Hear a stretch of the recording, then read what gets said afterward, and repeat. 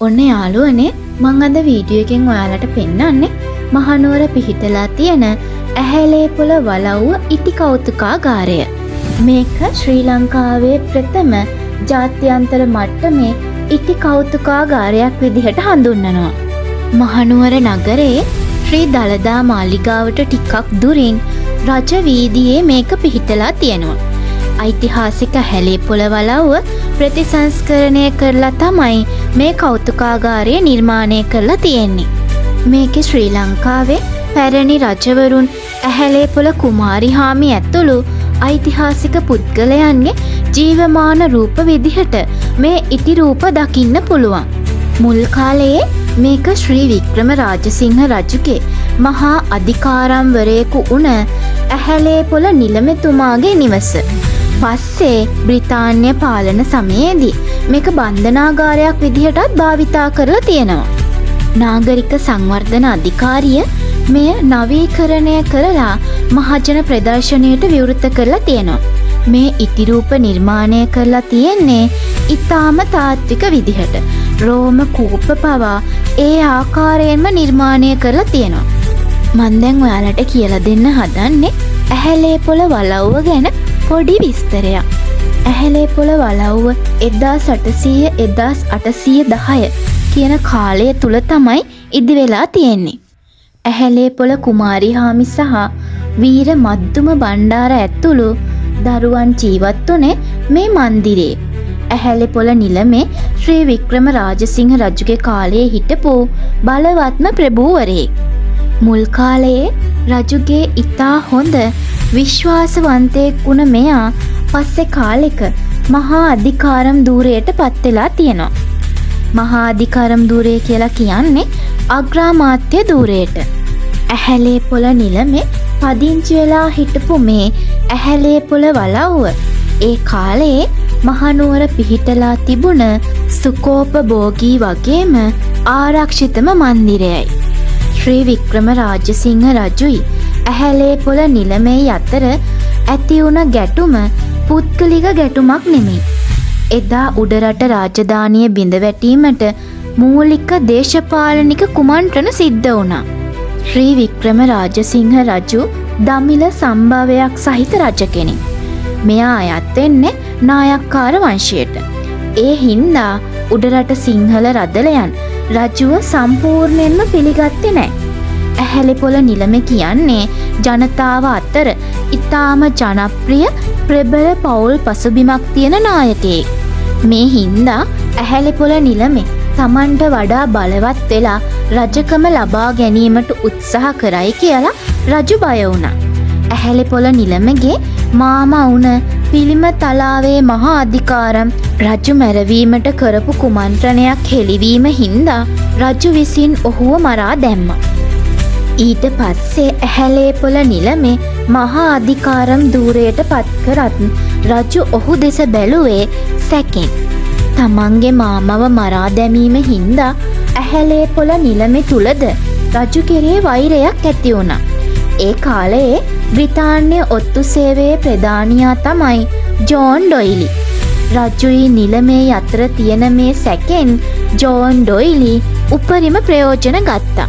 ඔහු ඇහැලේපොළ නිලමෙට රහසිගතව පණිවිඩ යවලා රජු ඔහුව මැරවීමට සැරසෙනවා කියලා බය කෙරුවා. අනිත් පැත්තෙන් රජුට වැරදි තොරතුරු යවලා නිලමේ ඉංග්‍රීසීන් එක්ක එකතු වෙලා රජු පරාජය කිරීමට සැරසෙනවා කියලා කිව්වා. පස්සේ රජු ඇහැලේපොළ නිලමේව මාලිගාවෙන් ඈත් කරලා සබරගමුවේ දිසාවේ ලෙස පත් කරා. එහිදී රජුට ගෙවිය යුතු බදු මුදල් නියමිත පරිදි නොලැබීම හින්දා රජු දැඩි ලෙස කෝප වුණා. තමාට එරෙහිව චෝදනා එල්ලවෙන බව දැනගත් ඇහැලේපොළ නිලමේ සබරගමුවේ ජනතාව ලවා රජුට එරෙහිව කැරැල්ලක් ඇති කරන්න උත්සාහ කරා.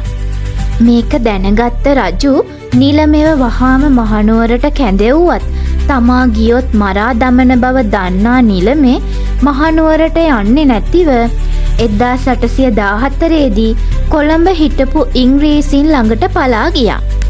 තමන්ගේ ප්‍රධාන ඇමතිවරයා සතුරන් වන ඉංග්‍රීසීන් ළඟට පලා යාම රජු හැඳින්නුවේ ද්‍රෝහී ක්‍රියාවක් විදිහටයි. එදා තිබ්බ දරුණු නීතියට අනුව ද්‍රෝහියෙකු අල්ලා ගන්න බැරි නම් ඔහුගේ පවුලේ පිරිසට දඬුවම් කරන්න පුළුවන්. රජතුමා මේ නීතිය අතිශය අමානුෂික විදිහට ක්‍රියාත්මක කරා. ඇහැලේපොළ කුමාරිහාමි ඇගේ දරුවන් 4 දෙනයි අත්අඩංගුවට ගත්තා. රජ වීදියේදී ඒ කියන්නේ වලව්ව ඉදිරිපිට හා මාලිගාව අසලදී දරුවන්ගේ හිස් ගසා දැමූ අතර වැඩිමහල් පුතුන් දෙදෙනා හා බාල දියණිය මරා දැම්මා. මද්දුම බණ්ඩාර කුමරු අයියන්ඩිය බිය නොවන්න මැරෙනා සැටි මම් පෙන්නන්නම් යයි පවසා වීර ලෙස ගෙල සිඳුවා ගත්තේ මේ ස්ථානයේදී. අවසානයේ ඇහැලේපොළ කුමාරිහාමිව බෝගම්බර වැවේ ගිල්වා මරා දැම්මා. ඇහැලේපොළ කුමාරිහාමි ඇතුළු දරුවන් මරා දැමීම හරහා රජු බලාපොරොත්තු වුණේ නිලමෙව මානසිකව වැට්ටවීමට. හැබැයි සිද්ධ වුණේ ඒකේ අනිත් පැත්ත. තමන්ගේ මුළු පවුලම අහිමි වුණ නිලමේ රජු පරාජය කරලා සිහසුනෙන් පහ කිරීමට 1815 දී ඉංග්‍රීසීන්ට උඩරට ආක්‍රමණය කරන්න සම්පූර්ණයෙන්ම සහය දුන්නා. ඉංග්‍රීසීන් රජු පරාජය කළත් ඔවුන් ඇහැලේපොළ නිලමෙට පොරොන්දු වුණ විදිහට සිංහලේ රජකම දුන්නේ නැහැ. ඒ වෙනුවට ඔවුන් නිලමෙව සැක කරා. 1818 ඌව වෙල්ලස්ස කැරැල්ලට රහසින් උදව් කරන බවට චෝදනා කරමින් ඉංග්‍රීසීන් ඔහුව අත්අඩංගුවට ගත්තා. ඇහැලේපොළ නිලමෙට අයිති වෙලා තිබ්බ ඇහැලේපොළ වලව්ව බන්ධනාගාරයක් බවට පත් කරලා ඔහු එහි සිරකරුවෙක් විදිහට සිර කරලා තිබ්බා. මීට අමතරව වීර කැප්පටිපොළ නිලමේ මඩුගල්ලේ නිලමේ වගේ වීරෝදාර නායකයින් මරණ දණ්ඩනයට පෙර සිරකර තැබුවේද මේ වලව්වේ පිහිටි කුඩා සිරකුටියක් තුලයි. මේ වලව්ව මහනුවර සාම්ප්‍රදායික ගෘහ නිර්මාණ ශිල්පයට අනුව නිර්මාණය කරලා තියෙනවා.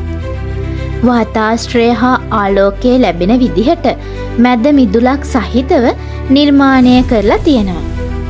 උඩරට කාලතුවක්කු ප්‍රහාරයන්ට පවා ඔරොත්තු දෙන්න පුළුවන් විදිහට කළු ගලින් හා මැටියෙන් ඝන බිත්ති නිර්මාණය කරලා තියෙනවා. ඉංග්‍රීසි පාලන සමයේදී මේ මන්දිරය බන්ධනාගාරයක් කළ පසු කුඩා සිරකුටි නිර්මාණය කරලා තියෙනවා. 1948 නිදහසෙන් පස්සෙත් මේක බෝගම්බර බන්ධනාගාරයේ කොටසක් විදිහට දීර්ඝ කාලයක් භාවිතා කරලා තියෙනවා. ඓතිහාසික වටිනාකම සලකලා 1998 දී යුනෙස්කෝ සංවිධානය මේක ලෝක උරුම නගරයක ආරක්ෂිත ගොඩනැගිල්ලක් විදිහට නම් කරලා තියෙනවා.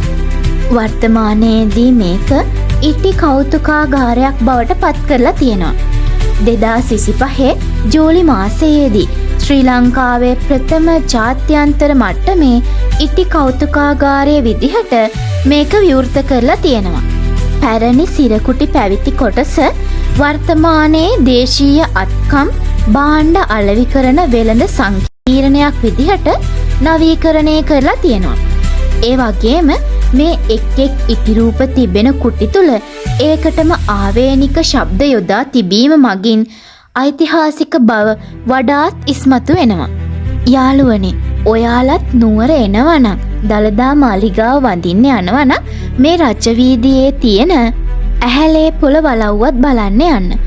ඒක ඓතිහාසිකම වශයෙන් ගොඩක් වැදගත් ස්ථානයක්. මේ වලව්ව බලන්න යන්න ප්‍රවේශ පත්‍රයක් මිලදී ගන්න ඕනේ.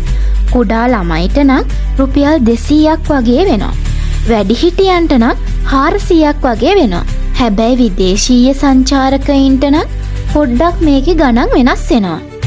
මේ ඉටි කෞතුකාගාරය උදේ 9 ඉඳලා හවස 5 වගේ වෙනකම් විවෘත කරලා තියෙනවා. හැබැයි උත්සව දවස්වලට නම් මේකේ ටයිම් එක පොඩ්ඩක් වෙනස් වෙන්න පුළුවන්. මම මේ වීඩියෝ එකේදී මේ එක් චරිත පිළිබඳව විස්තරයක් කරේ නැහැ.